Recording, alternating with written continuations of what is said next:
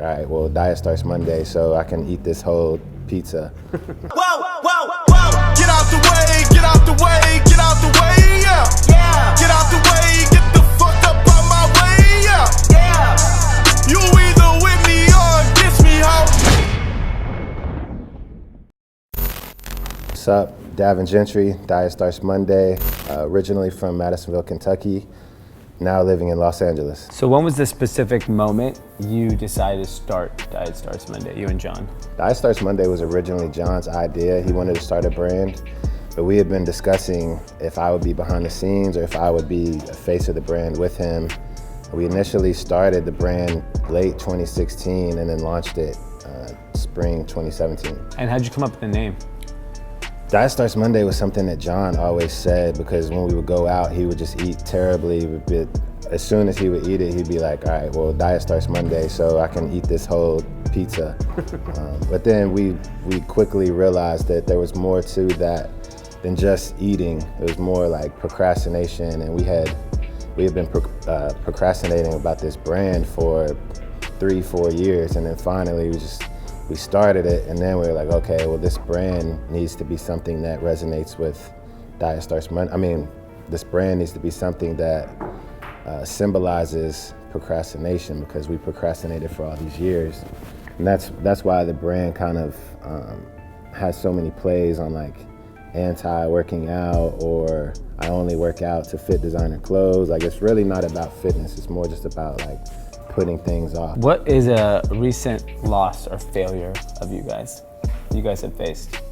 I mean, haven't really had any failures. We've had lessons.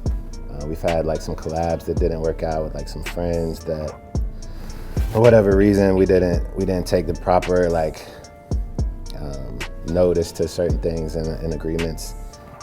But the biggest loss, I would say, would probably be some collabs that we had on the table that didn't pan out for issues that we can't really go into. Yeah. But most of our things have been something that's taught us a lesson. So we don't really look at it as failing. We look at it as, okay, well, we learned this from this one. Next time we'll know not to do it and just better ourselves for the next deal or release or whatever it may be. What about what's a recent moment you guys are proud of? I mean, every moment, really. The collab with you guys, that was a big one. We have a lot of stuff coming for 2019. That's where like our main momentum is pushing right now. A couple big collabs that we'll announce probably like January. But every release, that's a new like successful moment. Every new product. We try to celebrate all the wins. What is your biggest professional fear? What do you fear most? The thing that I personally fear most is not getting credit when credit is owed to us, or to me, or to John, or to Scooty, or to Tyler, or whoever. That's the thing that I fear most, is like putting our product out there, whether it's a design or an idea or whatever, and somebody else getting the credit for it. Aside from that, I don't really fear too much business-wise, because like I said, even if it's a loss, I know that we're gonna learn from it and make it back on the next one. So that's the credit's probably like the biggest fear. Who do you look up to? I look up to you. I look up to Drama, Rob, John, Scooty, Tyler. I don't really look up to too many people like in the industry, unless it's like a genuine like connection like we've had or whatever. But I kind of just don't really focus on like what other people are doing. But there are people that I take advice from. Those are the people that I would look up to, which my circle is really small. So those 4 people I named is really about it. What's your why and like your mantra or your motto for your business, your life? Oh, that's a good one. And to be honest, I honestly don't think that I know what it is. I've tried to like search for like why I'm this way or why I do this, and it's kind of just something that I just do and don't really like it. It's weird because it's just like I feel like it's what I'm supposed to do. Like this is the direction that I'm supposed to be in and the path that I'm supposed to take. I just know that like creating is probably my why. Since I was little, my mom was like, you should go this route and go to school to do this and like this and that. And really up until like a few years ago, she stopped because she realized like, I'm just beating a dead horse. He's gonna do what he wants to do. But now she understands that I was just determined to be this thing that I am, but nobody really knows like is it like what it is? Like it's not like I was like, I wanna grow up and be a designer, I wanna grow up and be in fashion. It's just like, I just naturally like ended up here and really had no like, it wasn't like I was 3 and I was like, one day I'm gonna be a fashion designer. I just like, different things led me to here and who knows where I'll go from here. But my mantra is just like, keep creating, keep being organic, true to yourself. And I mean, that's really all I can do. If you could write your destiny, what would be the ultimate vision for what you're doing? I mean, kind of what I'm doing is like what I would probably write, aside from obviously you want the riches and the house in the hills and stuff like that. But just really being able to create freely, not feel like there's like a ceiling that I'm kind of contained under. I think respect is one. That's something that is really important to me, just because it goes back to the credit thing. Like I'm really big on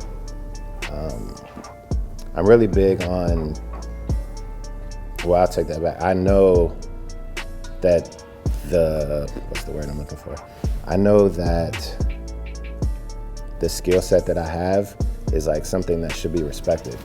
And so just really just gaining that respect from my peers, that's like a big thing to me. So being able to create, being able to be well respected, that's probably the 2 biggest things that I would write. All right, so you launched your brand direct to consumer. Why did you do that? Really because my other brand, Premium, had been kind of wholesale driven for 4 or 5 years, and just the hassle that I was dealing with kind of like our price point was really too affordable to begin with, and just the work involved with the wholesale side for such little money was just too much for me to like continue to deal with. And John's always done his stuff direct to consumer. So he knew instantly that he didn't want to go the traditional retail route. But I mean, there are plans to do stuff with retailers, just not the traditional, like, here's a line sheet, place your order, we'll send it to you type thing. And so you guys, that's still your business. And so how do you guys justify it to yourself? I think not all brands work well for wholesale. It takes the right brand, and also it needs to be like in the right place, because if the brand doesn't have really like any hype, or if it's not at the right price point, then it's really hard for it to sell once you get it in the store. Yeah. But we don't, a lot of times, depending on where the brand is, we'll start it in boutiques and test it out, and then once it's working and selling through boutiques, then we'll open up to bigger box and extend it. And I mean, even though a lot of brands now in online shopping is bigger than ever, and it's only growing year after year, there's still, just like magazines, for example, like people still always want to feel and touch the brand, and I think having a good mix of both is important. The majority of brands that are successful today, I feel like, are a majority online, but having those one store in I think every major city is still good for the customers. And do you think because of your guys' price points, since they're higher, retail is more important? Because it's higher, it is, because people need to see the product. Yeah. I mean, like, some of our more expensive brands, our more, premium brands are sitting in some really like prestige stores that also like, it brings awareness to the brand. Yeah. We just limit the stores. We don't let them buy too much at times. And so for you, it's like you treat it as a marketing It's a little bit of marketing, a little bit of both.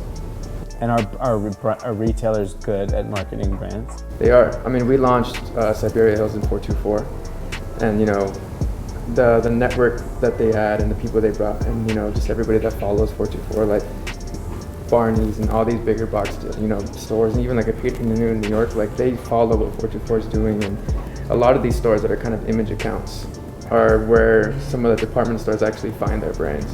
Got it. And so if you were going to launch a new brand today, what would you do? I would pick the top 10 stores across the world, one in every city. Start it small, make sure it sells out, limit the store. A lot of times stores want to buy more product, but we know how big the stores are and we know how much they can hold. Yeah. So we actually limit the buys. So Do we stores- make sure it sells. Do stores pay their bills on time still? Still. No. I mean, actually they never did. But what we do I'm sure now, some of though, your accounts still owe me money from 10 years when ago. we first wanted to get in the store, we just kind of, you know, took, you know, net 30 deals or whatever we could to get into account. But once the brand is selling, you know, we get deposits from everybody now. Or if it's a brand that, like, you know, we know is going to move through, like our C2H4 number 9 collaboration, it's selling everywhere. Got it. So the store has to pay for it before you even ship it to them. Got it. Yeah. Is that one of your guys' concerns for wholesale collecting?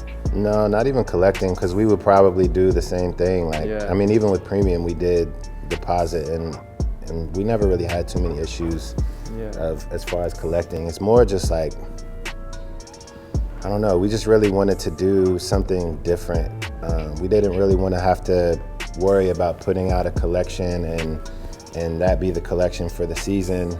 We kind of just wanted that freedom to do a release with one product this day and 3 products a week later or whatever, just to have that kind of that freedom to just keep it exciting. But I mean, there are, like, from the marketing side, we do want to sit in some of those stores just for that reason, because I mean, we have some pieces that are fairly expensive, and that we know that people do need to see why this jacket is $2,100 or why this hoodie's $450 or whatever. So for that point, we need to be on the rack so people can touch it and feel it and see why it's priced this way. All right, so I have a last question. Tomorrow the world falls apart. Half your stores get cut, half your customers get lost. What do you do? I mean, I know with us personally, since we're so small and the overhead is so low, we would probably just adjust and scale to that customer.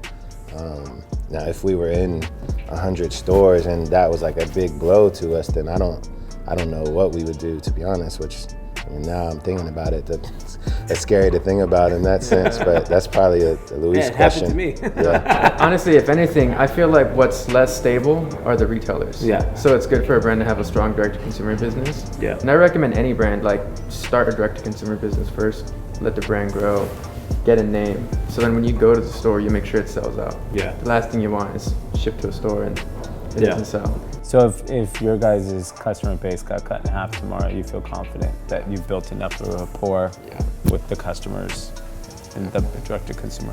When every brand in here is... That's not going to really... Direct-to-consumer is not going to... You're not going to lose half the customer base. You'll lose half your stores. Yeah. We've lost stores. Yeah. Every brand in their place, though, is like a brand that has a really good following outside of stores, so they would definitely be fine. And all the brands that we have here, you know, they were out for a year selling direct-to-consumer online, and we let the stores come to us. That's actually how we built our network of retailers, is by just doing what we do best, creating, marketing, getting the right people in the brands, letting the brand grow on Instagram and social media and our customer base, and the stores find you. Yeah. Yep. Kiss me, ho.